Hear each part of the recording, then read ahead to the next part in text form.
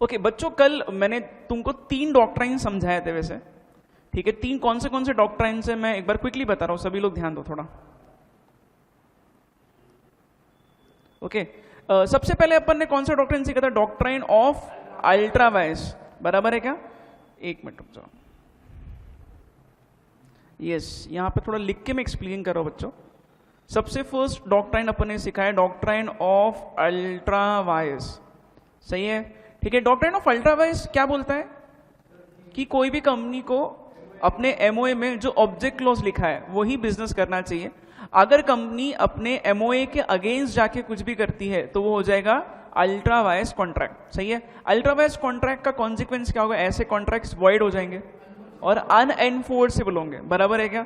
ठीक है। और रैटिफिकेशन उसको नहीं चलेगा, मतलब सारे शेयर होल्डर्स मिलके भी उसको वापस से रेक्टिफाई नहीं कर सकते, सुधार नहीं सकते, बराबर है, ठीक है। और क्या होगा?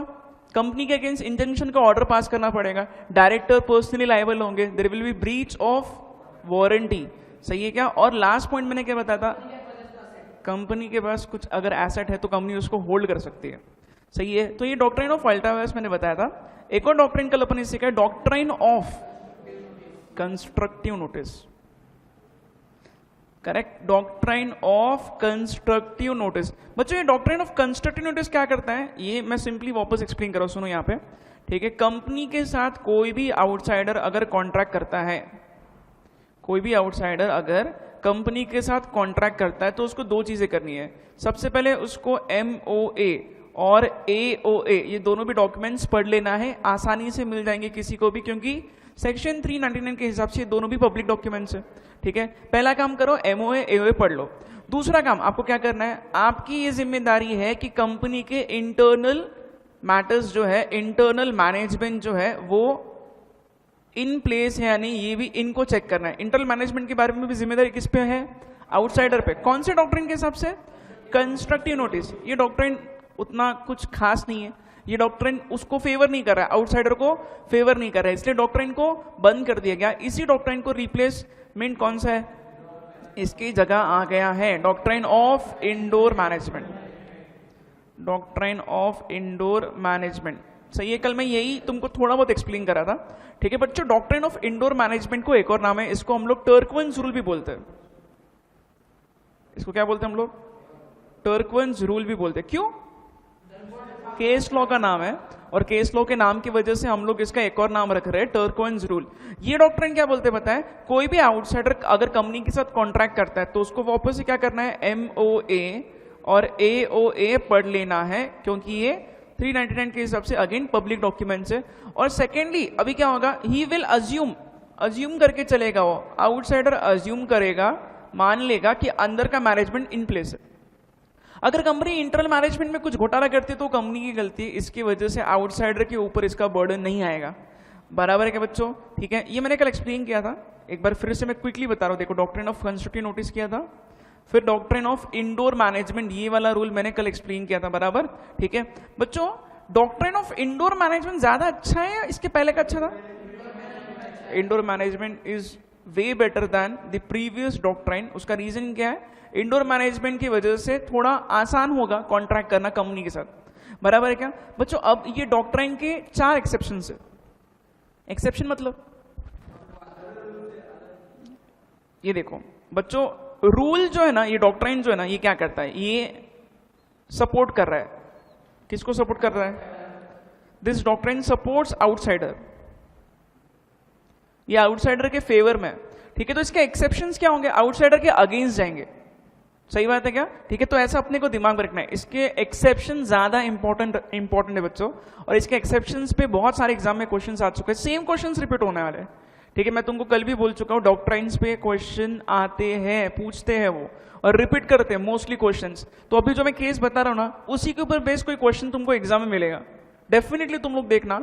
डॉक्ट्राइन्स जो भी मैं बता रहा हूं, ultra vires, indoor management, constructive notice, इसमें से कहीं ना कहीं कुछ ना कुछ वो क्वेश्चन रेज करेगा, पूछेगा ही वहां पे, सही है, ठीक है, बहुत इंपॉर्टेंट है। अभी ध्यान से सुनो, हम लोग अब लास्ट के पॉइंट्स में आ गए। We are now studying exceptions, ठीक है, ध्यान से सुनना, एक्सेप्शंस इसके क्या है। ओके बच्चों, ये देखो यहां लिखा है, exceptions to the doctrine of indoor management. ठीक है, टोटल 4 एक्सेप्शंस है। पहला एक्सेप्शन मैं थोड़ा पढ़ के एक्सप्लेन कर रहा हूं, सबका फोकस होना चाहिए तो समझ में आएगा। ओके, केस 1, केस का नाम है Rama corporation versus proved tin and general investment company. बच्चों ज्यादा अच्छा ये होगा कि तुम लोग यहाँ के केस लॉज के नाम भी लर्न करो, जैसे वो दिनशो मैनेजी, सैल्मन वर्सेस सैल्मन, ली वर्सेस ली एयर फार्मिंग कंपनी। ये जो केस लॉज लर्न किए ना, वैसे ये वाले भी केस लॉज लर्न रहना चाहिए, ऐसा मेरे को लगता है। बिकॉज एग्जाम में क्वेश्चन आया तो तुमको केस लॉ का रेफरेंस लिखोगे ना तुम लोग, बहुत अच्छे मार्क्स मिलेंगे। ठीक है, क्योंकि सेलेक्टेड केस लॉज ही लर्न करने को बोल रहा हूं मैं, तो ये तुमको लर्न करना चाहिए, ऐसा मेरे को लगता है। अच्छा, ये केस लॉ में एग्जैक्टली क्या होता, बच्चों ध्यान से सुनना। ठीक है, मैं एक चीज तुमको यहां पहले ही क्लियर कर देता हूं। एक्सेप्शन हम लोग पढ़ रहे हैं ना डॉक्ट्रिन ऑफ इंडोर मैनेजमेंट का, तो दिमाग में क्या फिट करोगे, दिस इज अगेंस्ट आउटसाइडर। यहां पे आउटसाइडर को प्रोटेक्शन नहीं मिलेगा, outsider will not be protected, outsider will not be protected, उसको अभी यहां पे वो बच नहीं सकता।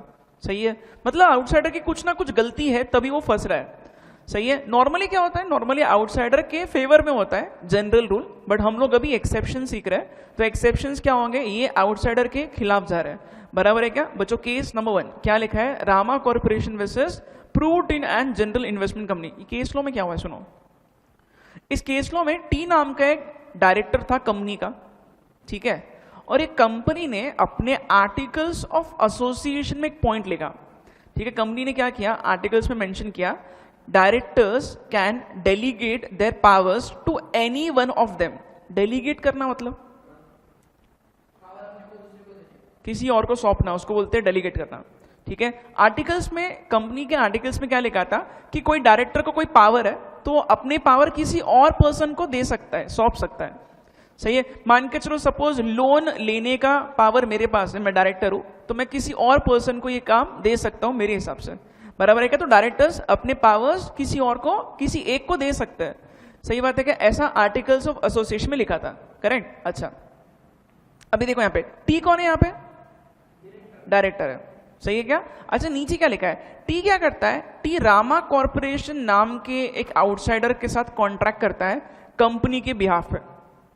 बच्चों यहां पे एकदम केयरफुल रहो और तुम लोगों को पूरा फोकस करना पड़ेगा तो समझ में आएगा, otherwise it will not make any sense. सब लोग एकदम ध्यान से सुनो। टी कौन था? डायरेक्टर, कंपनी का डायरेक्टर था। ये डायरेक्टर क्या करता है, आउटसाइडर के साथ कॉन्ट्रैक्ट करता है, और ये किसके लिए कॉन्ट्रैक्ट कर रहा है, on behalf of the company. बच्चों यहां पे नीचे लिखा है T was not delegated,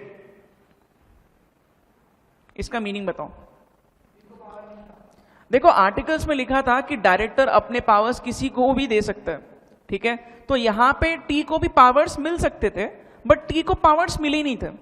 T को कॉन्ट्रैक्ट करने का पावर नहीं मिला था और टी आउटसाइडर के साथ कॉन्ट्रैक्ट कर रहा है, तो यहां पे टी की गलती हो गई। सही है क्या? टी को ये कॉन्ट्रैक्ट कब करना चाहिए था, अगर उसको ये पावर डेलीगेट किए हुए थे तो ये टी कॉन्ट्रैक्ट कर सकता था। यहां क्या लिखा, टी वॉज नॉट डेलीगेटेड, मतलब टी ये काम कर ही नहीं सकता था, फिर भी इसने कॉन्ट्रैक्ट कर लिया कंपनी के लिए। बराबर है क्या? अभी मेरे को एक क्वेश्चन का आंसर करो, हम लोग का जनरल रूल क्या है इंडोर मैनेजमेंट के हिसाब से, आउटसाइडर को क्या क्या करना चाहिए? सबसे पहला काम एओए एमओए पढ़ लो। दूसरा काम, अंदर सब कुछ सही चल रहा है वो अज्यूम कर सकता है। रामा कॉर्पोरेशन को क्या करना चाहिए था, एमओए एओए पढ़ लेना चाहिए था, और वो अज्यूम कर लेते थे कि टी को पावर मिल चुके। सही बात है, क्योंकि आर्टिकल्स में क्या लिखा था, पावर्स डेलीगेट किए जा सकते हैं, तो कोई भी आउटसाइडर क्या मान के चलेगा, तेरे को तो पावर होंगे, टी को तो पावर होंगे, ऐसा मान के वो कॉन्ट्रैक्ट करना चाहिए था। बट यहां पे ये डॉक्ट्राइन अब रामा कॉर्पोरेशन को फेवर नहीं करेगी, क्योंकि उन्होंने अपना पहला काम ढंग से नहीं किया। पहला काम क्या करना चाहिए, आपको पहले एमओए और एओए पढ़ लेना चाहिए, उसके बाद आप मान के चल सकते हो कि अंदर सब कुछ सही है।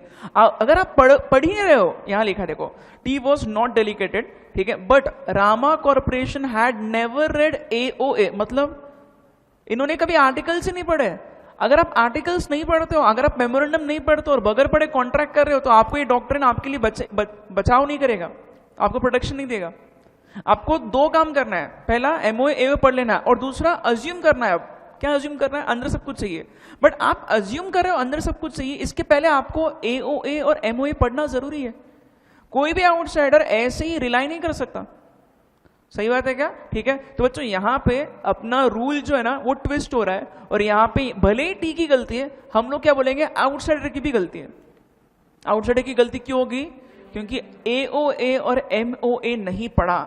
मैं फिर से बता रहा हूं, इंडोर मैनेजमेंट बोलता है आपको पहले क्या करना है, एओए एमओए पढ़ना है, फिर दूसरी चीज क्या कर सकते हैं, अब मान के चलो कि अंदर सब कुछ सही है, बट आप ऐसे ही मान रहे हो कि अंदर सब कुछ सही है, ये गलत होगा बगैर एओए पढ़े।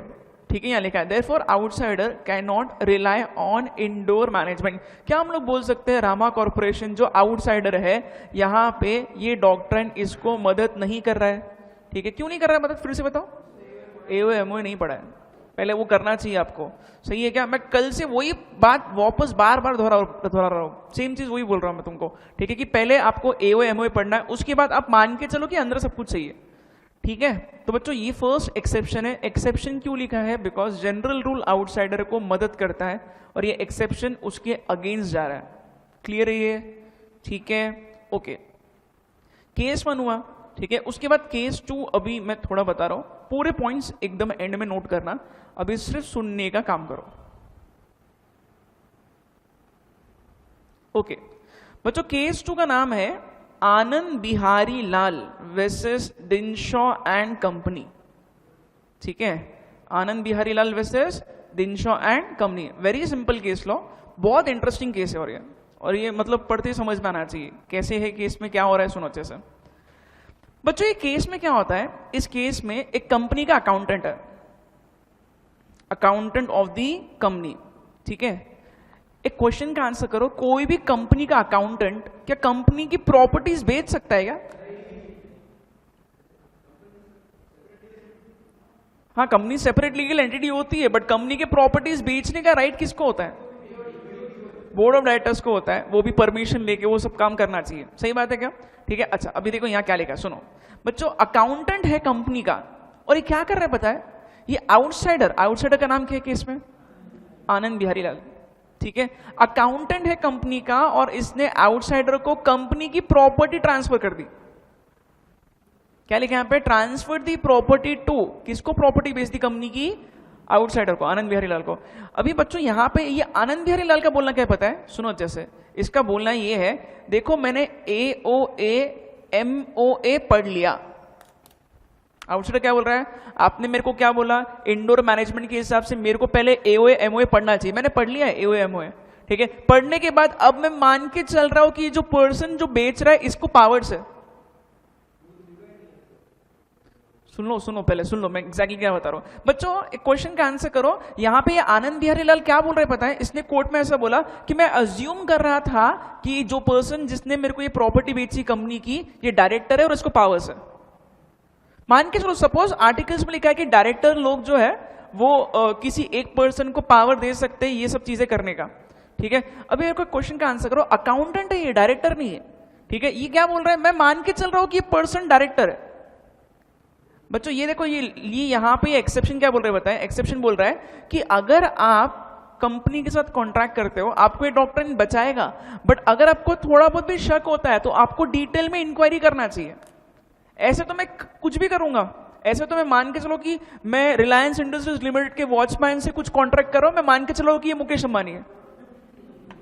आई हैव अज्यूम्ड, मैंने एमओए एओए पढ़ लिया और मैं मान के चल रहा हूं कि वो मुकेश अंबानी है। मेरे को पता नहीं, मैंने कभी शक्ल देखी नहीं मुकेश अंबानी की, वॉचमैन से मैंने प्रॉपर्टी ले ली कंपनी की, और मैं बोल रहा हूं कि आई have assume that he is the director of the company. ऐसा आप अजम्पशन नहीं कर सकते हो ना।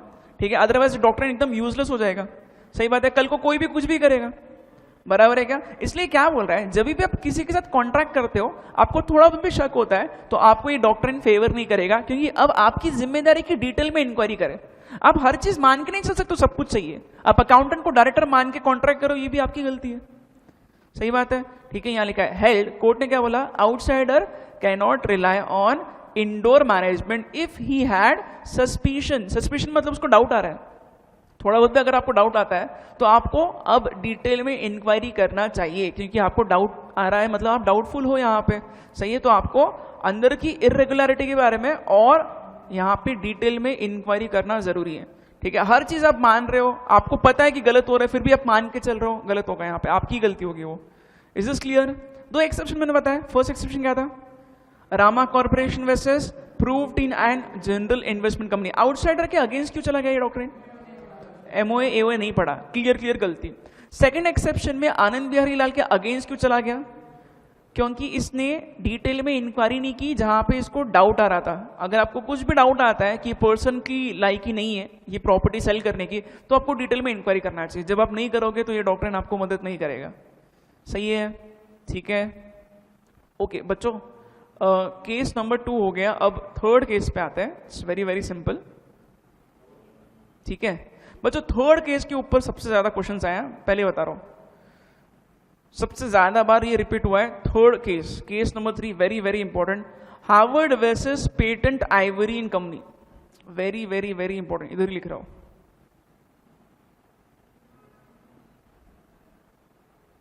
ठीक है, बहुत बार आ चुका है इस पे एग्जाम में क्वेश्चन।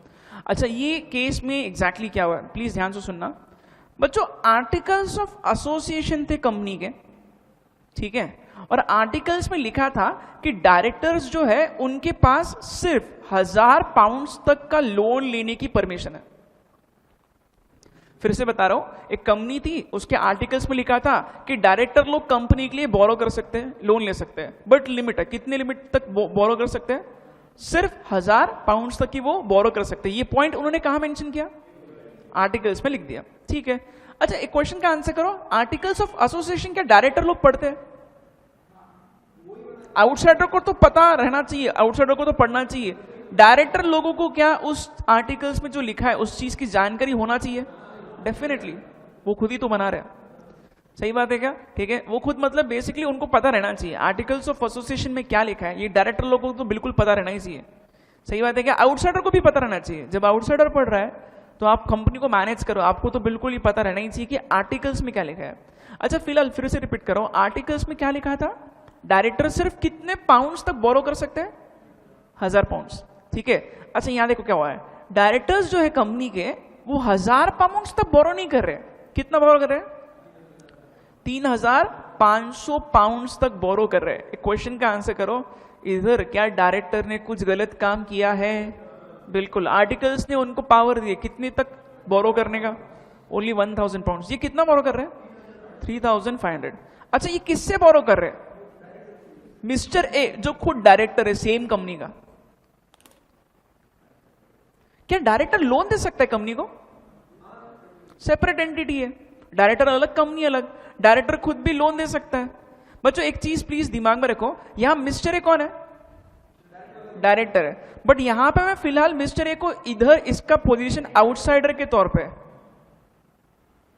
ये भले डायरेक्टर है बट कंपनी में डायरेक्टर है। अभी फिलहाल इस कॉन्ट्रैक्ट में इसने क्या किया? इसने कंपनी के साथ कॉन्ट्रैक्ट किया। डायरेक्टर मतलब कंपनी को रिप्रेजेंट कर रहे हैं, ठीक है। कंपनी और मिस्टर ए का कॉन्ट्रैक्ट हो रहा है, बराबर है क्या? कोई कंपनी का डायरेक्टर कंपनी को लोन दे रहा है 3500 पाउंड्स का। एक क्वेश्चन का आंसर करो, इंडोर मैनेजमेंट क्या बोलता है? पहला काम करो, एमओए एओए पढ़ लो। दूसरा काम करो, अंदर सब कुछ सही चल रहा है ये आप अज्यूम करके चल सकते हो। सही बात है क्या बच्चों? ये देखो यहाँ पे मिस्टर ए को खुद को पता था ऑलरेडी कि ये चीज गलत हो रही है, क्योंकि ये खुद डायरेक्टर है और इसको अंदर की इरेगुलरिटी के बारे में क्लियरली पता है, हाँ है ना? ठीक है, तो अगर मिस्टर ए को खुद को क्लियरली पता है कि ये काम गलत हो ही रहा है तो आपने ये लोन देना ही नहीं चाहिए, बराबर, क्योंकि आप खुद डायरेक्टर हो। जब आपको क्लियर पता है कि अंदर गलत है तो आप अज्यूम नहीं कर सकते कि अंदर सब कुछ सही है। आपको क्लियर जानकारी ये चीज की कि परमिशन ही नहीं उनको 1000 पाउंड्स के ऊपर बोरो करने का, फिर भी आप इनको लोन दे रहे हो 3500 पाउंड्स का। तो यहाँ पे मिस्टर ए की खुद की गलती है। ये कोर्ट में जाकर ऐसे नहीं बोल सकता, I have assume that internal management is in place, you yourself are internal management. आप खुद ही तो हो मैनेजमेंट, आप खुद ही तो डायरेक्टर हो, तो आपको ऐसे कैसे जानकारी नहीं है? सही बात है क्या? यहाँ लिखा है, देखो क्या लिखा है, हेल्ड, कोर्ट ने क्या बोला? आउटसाइडर। फिलहाल अपने एग्जाम्पल में आउटसाइडर कौन है? Mister A. cannot rely on indoor management as he was aware of the internal irregularity। आपको पता है फिर भी आप अज्यूम नहीं कर सकते अब यहाँ पे, सही है क्या? अगर आपको नहीं पता था तो आप अजम्पशन कर सकते हो, बट यहाँ पे आपको खुद को पता है क्योंकि आप खुद इंटरनल इरेगुलरिटी को रिस्पॉन्सिबल हो। सही बात है? ओके बच्चों, 3 केसेस मैंने बताया, बोलो वापस। सबसे फर्स्ट केस फटाफट, रामा कॉर्पोरेशन वाला केस। हाँ, रामा कॉर्पोरेशन वाले केस में रामा कॉर्पोरेशन के अगेंस्ट क्यों गया? एमओए एओए नहीं पढ़ा, गलती हो गई आउटसाइडर की। ओके, दूसरे केस में आउटसाइडर के खिलाफ क्यों जा रहा है? आनंद बिहारी लाल की क्या गलती थी? कुछ भी डाउट आया तो डिटेल में इंक्वायरी करना चाहिए कि सच में जो चल रहा है वो सही चल रहा है, गलत हो रहा है। ठीक है, अगर आप इंक्वायरी नहीं करोगे तो आप ये डॉक्ट्राइन से मदद नहीं मांग सकते हो। Next case number 3। Case number 3 क्या है? Harvard versus patent Ivory. इसमें मिस्टर ए जो है, यहाँ पे जो आउटसाइडर है, डायरेक्टर है, इसकी क्या गलती है? इसको क्लियरली साफ साफ पता था अंदर गलत चल रहा है, फिर भी ये वही चीज को करके यहाँ पे डॉक्ट्राइन की मदद नहीं मांग सकता। सही बात है? ठीक है बच्चों, last case, this is not very easy. Last case is not very easy. एक काम करता हूं मैं, ये आखिरी केस है, बट ये आखिरी केस को एक्सप्लेन करने के पहले मेरे को ऐसा लगता है कि तुमको एक और यहां पे कॉन्सेप्ट सिखाना जरूरी है।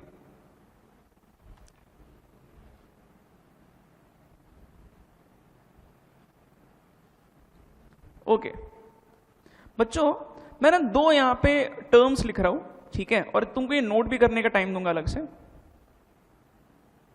Fraud and forgery. ठीक है, पहले एक सिंपल क्वेश्चन का आंसर करो, क्या तुम लोगों को ये दोनों भी वर्ड्स का मतलब पता है? एक का तो पता होना ही चाहिए यार। फ्रॉड का पता है? बताओ। फ्रॉड मतलब इंटेंशन टू चीट। ठीक है, लिख रहा हूं यहां पे। फ्रॉड का मतलब क्या होता है? There is intention to cheat. बच्चों, अपन ने इंडियन कॉन्ट्रैक्ट में किया ये, सही है क्या? फ्रॉड मतलब इंटेंशन है, धोखा देने का इरादा है, बराबर है क्या? फोर्जरी किसको पता है क्या? हाँ, फोर्जरी का मतलब होता है किसी की साइन जो है वो हम लोग कॉपी कर रहे हैं, उसको हम लोग बोलते हैं फोर्जरी। सही है, फोर्जरी सिग्नेचर का होता है, बराबर है क्या? फोर्जरी में क्या होता है पता है? यहां पे हम लोग किसी की डुप्लीकेट साइन कर रहे हैं। ओके, अभी मेरे को सिंपली कोई बताएगा यहां पे फोर्जरी ज्यादा डेंजरस है या फ्रॉड?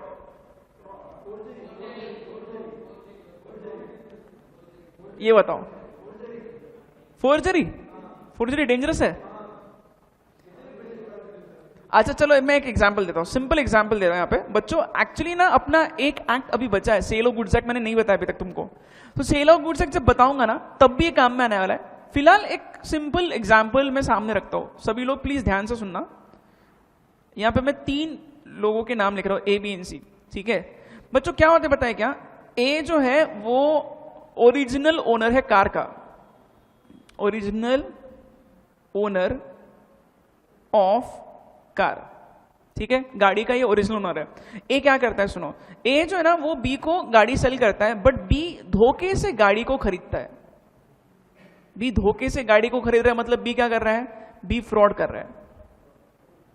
ठीक है बच्चों, फ्रॉड में हम लोग ऐसा पढ़ते हैं क्या? फ्रॉड में एक पार्टी होती है जिसकी गलती है और दूसरी होती है जिसकी गलती नहीं है।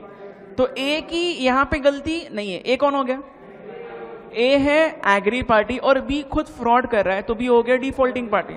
कॉन्ट्रैक्ट वॉइडेबल है, ये सारी चीजें अपन ने सीखी है, मैं वापस वो सब चीजें रिपीट नहीं कर रहा हूं। ठीक है, ध्यान से सुनना क्या बता रहा हूं। ए ओरिजिनल ओनर है कार का और बी ने फ्रॉड किया है। अभी ना यहां पे क्या होता है पता है? बी फ्रॉड करने के बाद यही गाड़ी बेच देता है सी को। ठीक है, सी कौन है? सी अपना फाइनल बायर है। ठीक है, और सी जो है ना ये क्या करता है? ये गुड फेथ में परचेस करता है। ये वर्ड का मतलब क्या है प्लीज समझ के लो बच्चों। गुड फेथ मतलब क्या पता है? सी को कुछ भी जानकारी नहीं है ये चीज की कि बी ने फ्रॉड करके वो गाड़ी ए से लेके अब वो उसने सी को बेची है। वापस बता रहा हूं, सिंपल एग्जांपल है। एग्जांपल में 3 पार्टीज है, कौन से 3 parties? A B and C. Originally गाड़ी का मालिक कौन था? ए, बट बी ने उसके साथ फ्रॉड करके गाड़ी ले ली और बी क्या करता है? यही गाड़ी को सेल करता है सी को। बी जब ये गाड़ी सी को सेल कर रहा है तब सी को कुछ भी इसकी जानकारी नहीं है, बराबर? तो सी जो है वो बायर है और इसने गुड फेथ में खरीदा है। अब मेरे को एक क्वेश्चन का आंसर करो, गाड़ी का मालिक क्या सी बन सकता है या फिर क्या गाड़ी वापस ए को देना चाहिए?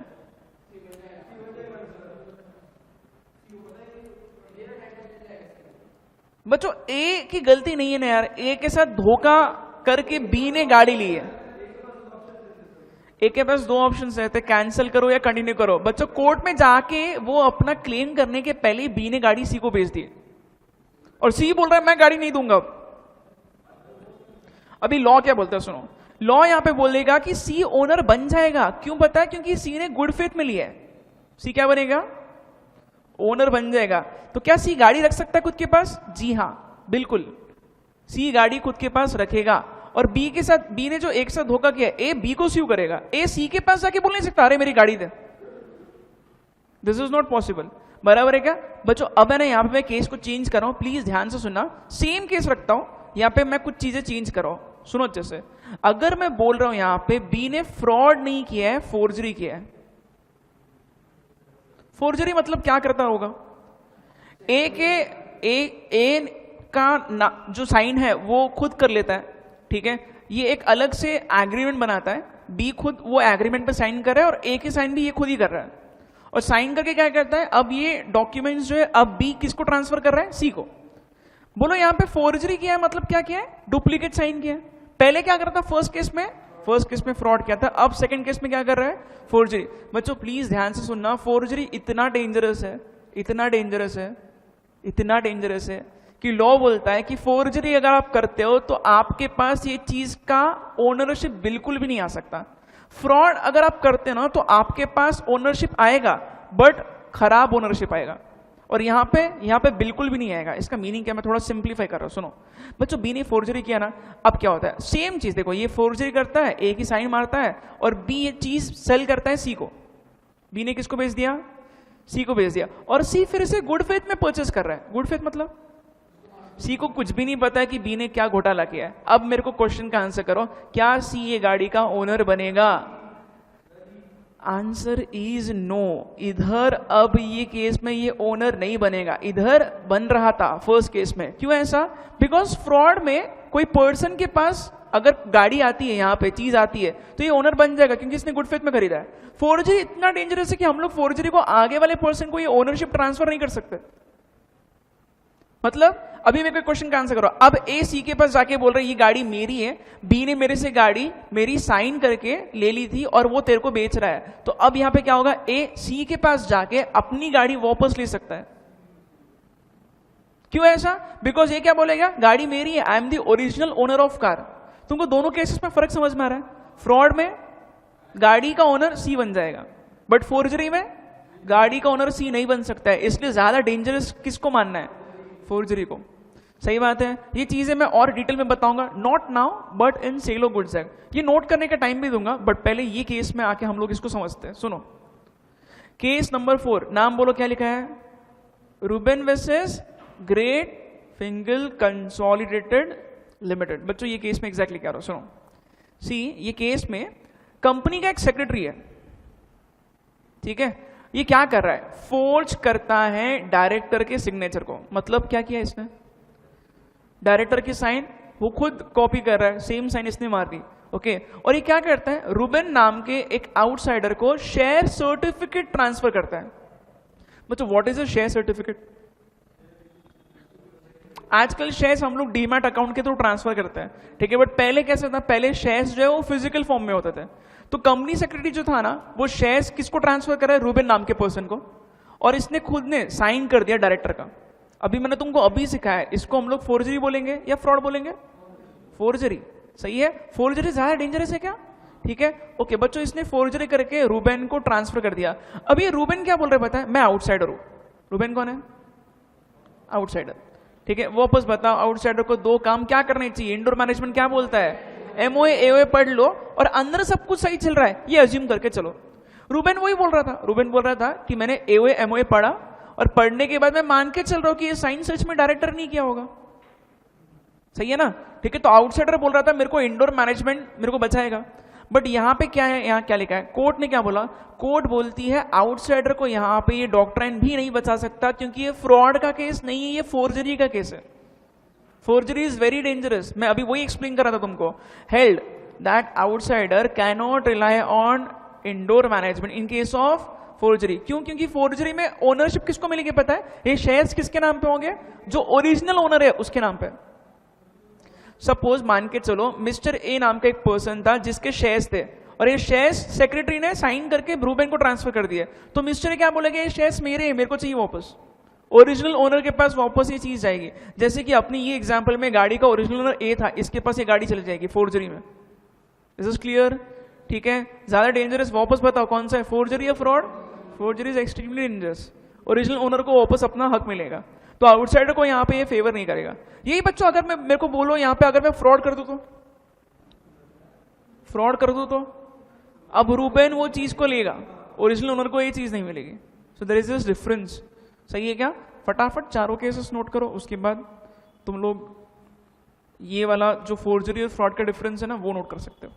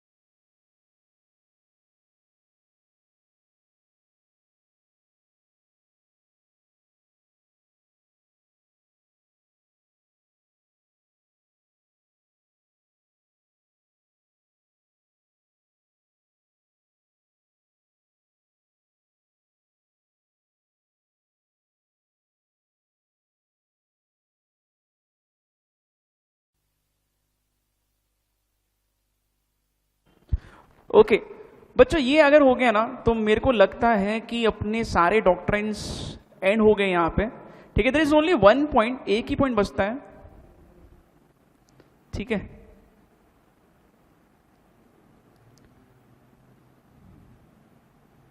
और तुम लोग डिस्टिंग्विश बिटवीन निकालो जरा। मेरे ख्याल से एमओए एओए का डिस्टिंग्विश मैं बता रहा हूं, थोड़ा मैं एक्सप्लेन कर देता हूं। इजी पॉइंट है, एग्जाम में क्वेश्चन आ सकते हैं उस पर।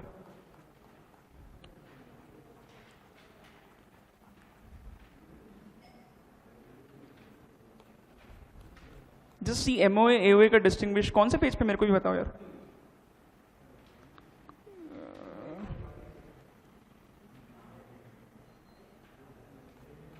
ये देखो, content of MOA, content of AOA.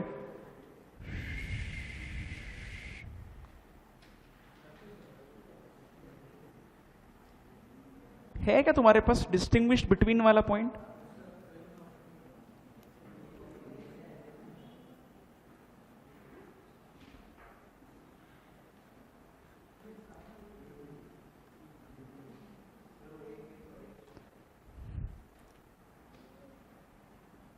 Let me just see this. एक ही पॉइंट बचता है अपना। हाँ, ये वाला। तुम लोग एक काम कर सकते हो बच्चों, मैं थोड़ा इसको लिखा के दे रहा हूं, बराबर? तुमको क्या करना है मैं बता रहा हूं, सुनो।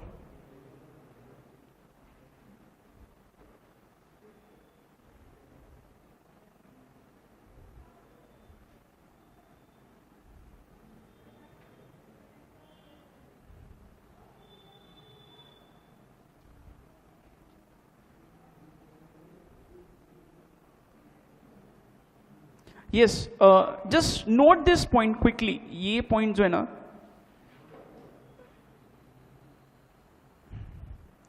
इसको कैसा लिखोगे मैं वो एक्सप्लेन कर रहा हूं, सुनो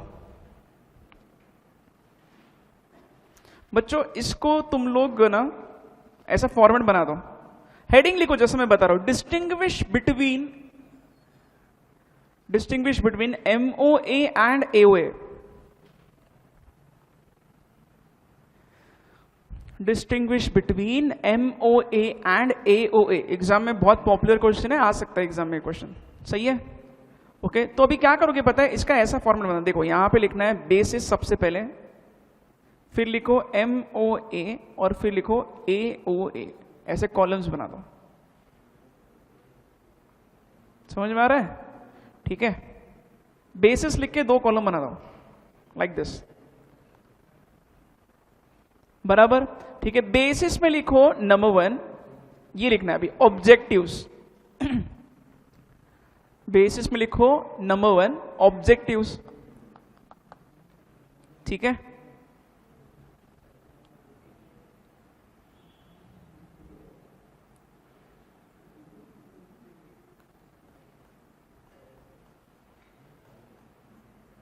ओके बच्चों, बोलो मेरे को जरा ऑब्जेक्टिव क्या होगा यार?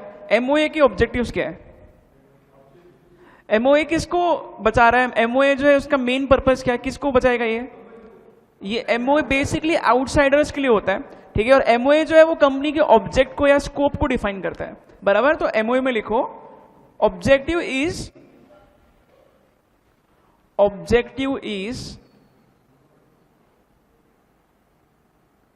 to protect the interest of, objective is to protect the interest of, बताओ किसका इंटरेस्ट बचा रहा है? Outsiders.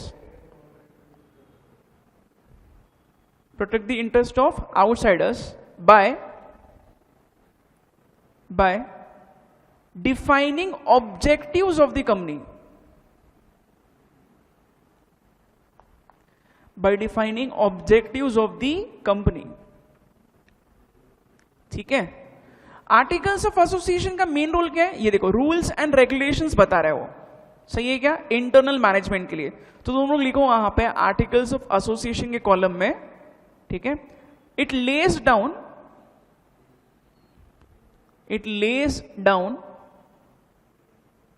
The rules and regulations,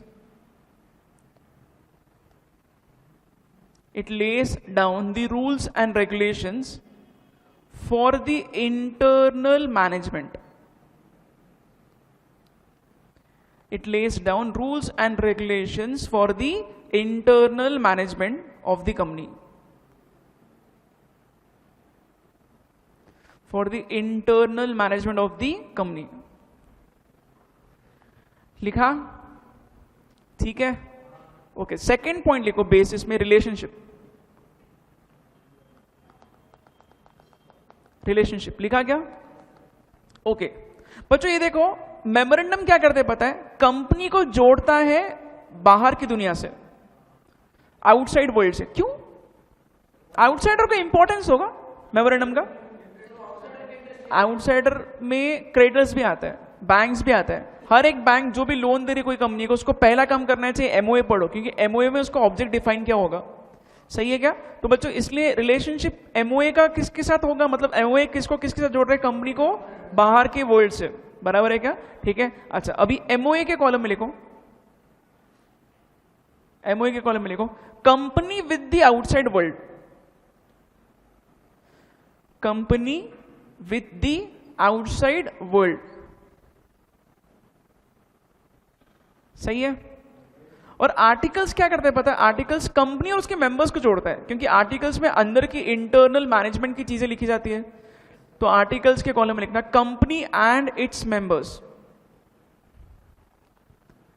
company and its members.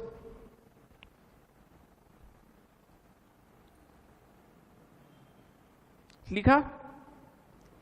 Okay. अच्छा बच्चों ये देखो एक चीज और, ऑल्टरेशन. नेक्स्ट पॉइंट लिखो. चलो पहले यहां लिखा देखो, ऑल्टरेशन.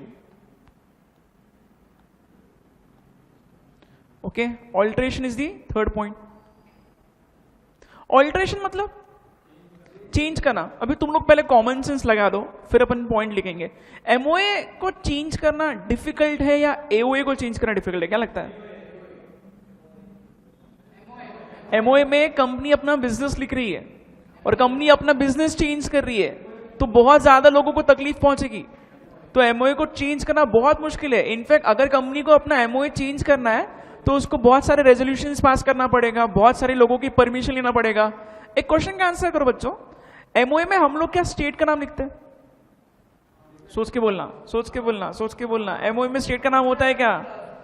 हम लोग रजिस्टर्ड ऑफिस क्लॉज में एमओए में स्टेट का नाम लिखते हैं. सही है. कोई स्टेट महाराष्ट्र है, मतलब सपोज मतलब महाराष्ट्र में कोई कंपनी का ऑफिस था. अभी कंपनी सोच रही महाराष्ट्र से छोड़ के गुजरात जाए. Is it very easy? बहुत मुश्किल होगा बच्चों. क्यों मुश्किल होगा? क्योंकि महाराष्ट्र में उसके सारे क्रेडिटर्स थे. पैसा वसूल करना महाराष्ट्र में बहुत आसान था. अब कंपनी बोल रही है हमको महाराष्ट्र छोड़ के गुजरात जाना है, तो अभी जिसको भी पैसा वसूल करना है उसको यहां से गुजरात जाके पैसा रिकवर करना बहुत मुश्किल होगा.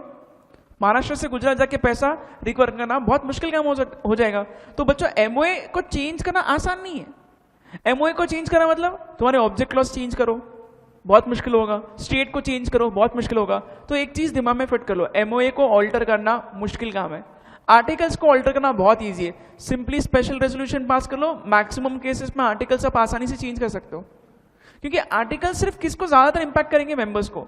बट मेमोरेंडम आउटसाइडर्स को भी इंपैक्ट करते हैं, इसलिए मेमोरेंडम को चेंज करना थोड़ा मुश्किल काम है. यहां वही लिखा है. ठीक है, मैं जैसा बता रहा हूं ना अब वैसे लिखो. एमओए के कॉलम में it is difficult to alter MOA.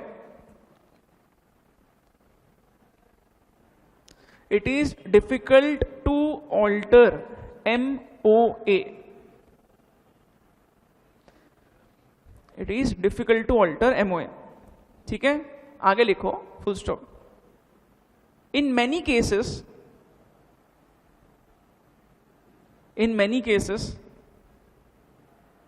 permission of,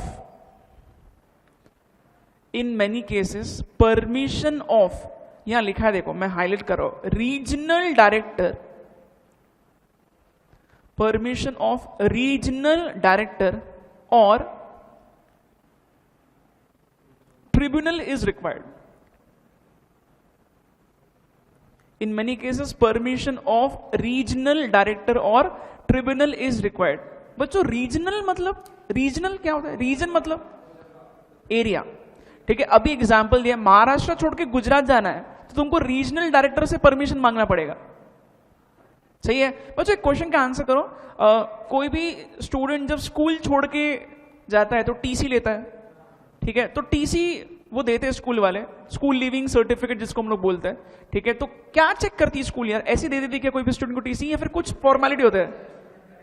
student का रिकॉर्ड कैसा है वो सब ठीक है, सबसे इंपॉर्टेंट क्या है, कुछ पैसे आना तो बाकी नहीं है, वो चेक करेंगे कोई लाइब्रेरी फीस या फिर कोई भी स्कूल का फीस पेंडिंग है क्या, अगर पेंडिंग नहीं है तो उसको दे दो सीधा स्कूल लिविंग सर्टिफिकेट, ये सब चेक किया जाता है। वैसे ही मान के चलो कोई कंपनी पहले महाराष्ट्र में थी और महाराष्ट्र से अब छोड़ के जा रही है गुजरात, ठीक है, तो महाराष्ट्र के डिपार्टमेंट चेक करेगा कि क्या उसको जो भी पैसे आना बाकी थे सब कुछ क्लियर है क्या, अगर सब कुछ क्लियर है तो फिर शायद परमिशन मिल सकता है गुजरात जाने का, क्लियर है क्या। तो इसलिए ऐसे मैटर्स में हमको रीजनल डायरेक्टर जैसे लोगों का परमिशन बहुत जरूरी है। ना ही सिर्फ इतना, यहाँ लिखा है कभी कभी हमको ट्रिब्यूनल यानी कि ये कोर्ट के बराबरी का होता है, ठीक है, हमको कोर्ट का भी परमिशन लग सकता है अगर हमको एमओए चेंज करना है तो। It is not easy to change MOA, बराबर है, ठीक है। अच्छा बच्चों, आर्टिकल्स में लिखो it can be altered by passing special resolution.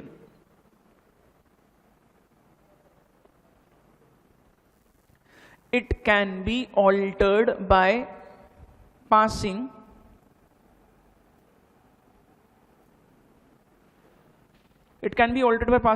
special resolution।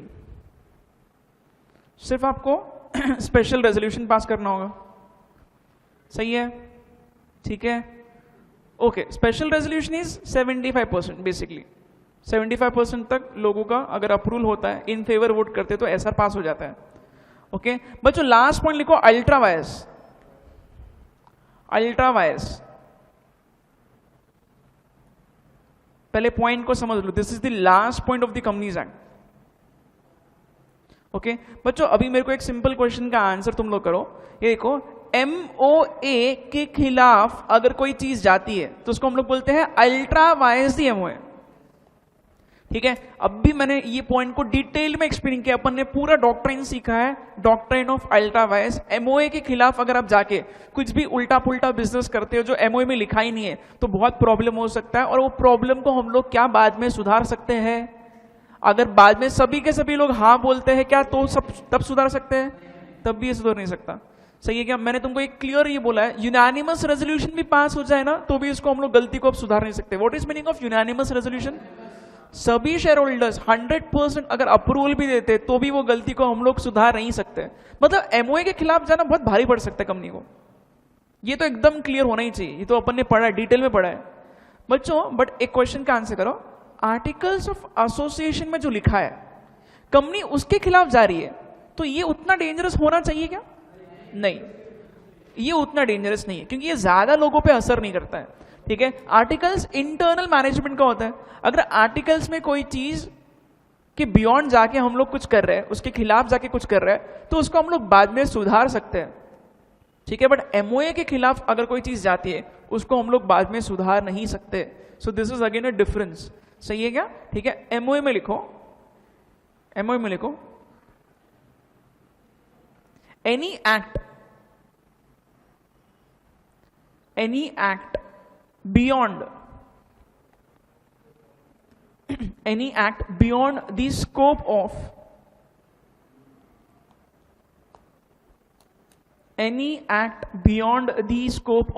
MOA any act beyond the scope of MOA cannot be ratified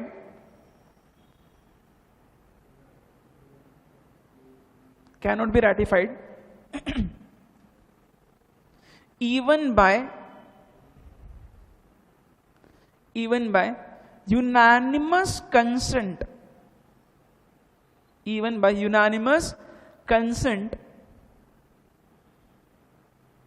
of all the shareholders,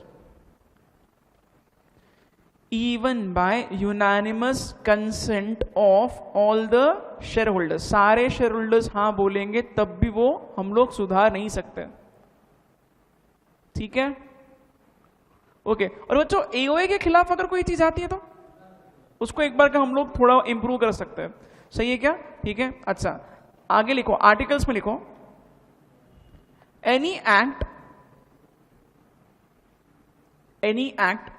beyond the scope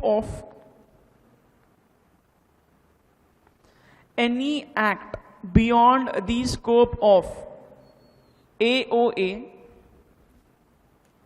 beyond the scope of AOA can be ratified. Ratify मतलब rectify करना, सुधारना.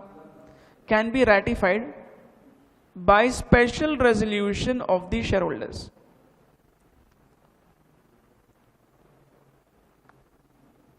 By special resolution of the shareholders. Clear है? ठीक है. Okay बच्चों, that's it. Companies act इधर and होता है. कुछ अगर एक आधा पॉइंट रहेगा तो हम लोग नेक्स्ट लेक्चर में उसको कवर कर देंगे. ओके चलो, विल स्टॉप हियर नाउ.